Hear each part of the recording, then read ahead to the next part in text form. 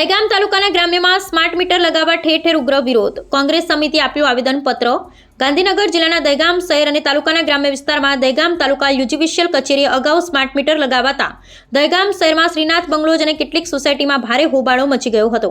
આજે દહેગામ શહેરમાં કેટલાક વિસ્તારમાં સ્માર્ટ મીટર લગાવાતા જનતા લાલઘુમ થઈ વિરોધ બનાવો સામે આવેલ છે. તાલુકાના ગ્રામ્ય વિસ્તારમાં ઠેર ઠેર ઉગ્ર વિરોધ પ્રદર્શન કરવામાં આવતા તે સમય દરમિયાન સ્માર્ટ મીટર લગાવવા છતાં દહેગામ યુજીવીસીએલ કચેરી દ્વારા હાલમાં દહેગામ તાલુકાના અમરાજીના મુવાડા, હરાજીના મુવાડા તેમજ અન્ય ગ્રામ્ય વિસ્તારના ગ્રામ્યજનોમાં રોષ ભભૂકી ઉઠતા દહેગામ સમિતિ દ્વારા આ મામલે દહેગામ તાલુકા મામલતદાર હેતલબા ચાવડા અને દહેગામ યુજીવીસીએલ કચેરીના નાયબ કાર્યપાલક એન્જિનિયર શ્રી બિહોલાને, દહેગામ તાલુકા કોંગ્રેસ સમિતિના પ્રમુખ દેવરાજસિંહ ઝાલા, કોંગ્રેસ સમિતિના હોદ્દેદારો તેમજ દહેગામ તાલુકા ક્ષત્રિય વિકાસ સંગઠનના પ્રમુખ ધનપાલસિંહ ચૌહાણ અને ક્ષત્રિય વિકાસ સંગઠનના હોદ્દેદારો અને કાર્યકર્તા મોટી સંખ્યામાં ઉપસ્થિત રહી દહેગામ તાલુકા મામલતદાર અને દહેગામ તાલુકા ગ્રામ્ય વિસ્તાર યુજીવીસીએલ કચેરીમાં આવેદનપત્ર આપી લગાવેલા સ્માર્ટ મીટર મુદ્દે લગાવેલ હોવાથી રજૂઆત કરવામાં આવેલ કે સરકારી બળજબરીપૂર્વક સ્માર્ટ મીટર લગાવવાની કોશિશ કરશે તો કોંગ્રેસ સમિતિ સરકાર સામે ઉગ્ર આંદોલન કરશે તેવી ચીમકી ઉચ્ચારી હતી.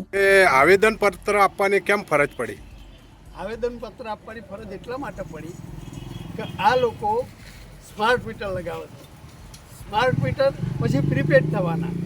પ્રીપેડ થાય એટલે ગામડાવાળો રાતે 12 વાગે ઊંઘ્યો હોય એનું પૂરું થઈ જાય બેલેન્સ એટલે મીટર બંધ થઈ જાય. નાનો બચ્ચો હોય, છોકરો હોય, આ મચ્છરો હોય ગામડા, અને પછી રાતે કેવા હેરાન થાય. બીજું કે આ તો સિઝનેબલ ધંધા છે ખેડૂતો જોડે. એમને તો સિઝનમાં પૈસા આવે, કોઈ એમને દર માસે પગાર નથી આવવાનો, કંઈ બિલ ભરી શકે. એટલે જો આ મીટર હોય ચાલુ તો એના કદાચ મહિનો લેટ થાય તો ચાલ્યું જાય, અને લેટ થાય એનું લેટ ફી લેશે. કોઈ મફત તો આપતા નથી. અને એ લોકો એવું કહે છે કે ભાઈ આ મીટરમાં ફેર નહીં, તો શું કરવા બોર્ડને આટલું નુકસાન કરે છે? જૂનો મીટર લઈ જઈ અને ભંગારમાં ફેંકી દે અને નવો મીટર આ લગાવે છે. એટલે આના પાછળ સરકારનું મોટું કાવતરું છે. ખેડૂતોને, ગરીબોને અને જે લોકો જોડે કંઈ આધાર નથી એમને બરબાદ કરવાનું એક કાવતરું છે. એટલે અમારો સખત વિરોધ છે. અને જો આટલેથી આ નહીં અટકે અને સ્માર્ટ મીટર લગાવવાનું ચાલુ રહેશે તો અમારું જંગી આંદોલન થશે. અને આના માટે જે કરવું પડે એ બધી તમામ તૈયારીઓ અમારી રહેશે. આપનું નામ જણાવો. મારું નામ દેવરાજસિંહ ઝાલા, દહેગામ તાલુકા કોંગ્રેસ પ્રમુખ. સ્માર્ટ મીટર લગાવવામાં આપનું શું કહેવું છે?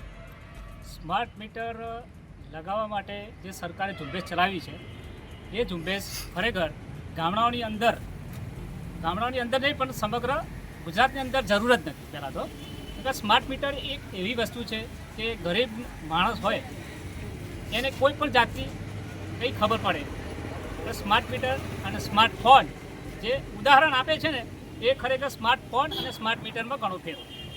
એટલે જૂના મીટર જે ચાલી રહ્યા છે એ જ બરાબર છે અને એનાથી જ અત્યારે જે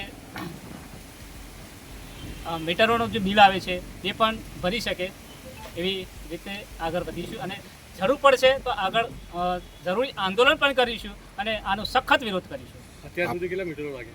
અત્યાર સુધી અમરાજીના મુવાડાથી આ લોકોએ શુભ શરૂઆત કરી છે અને લગભગ 66 થી 70ની વચ્ચે સ્માર્ટ મીટરો લાગી ગયા છે. આપનો વધવા જણાવો. ચૌહાણ ધનપાલસિંહ, એડવોકેટ એન્ડ નોટરી અને યુવા ક્ષેત્રીય વિકાસ સંગઠન અધ્યક્ષ.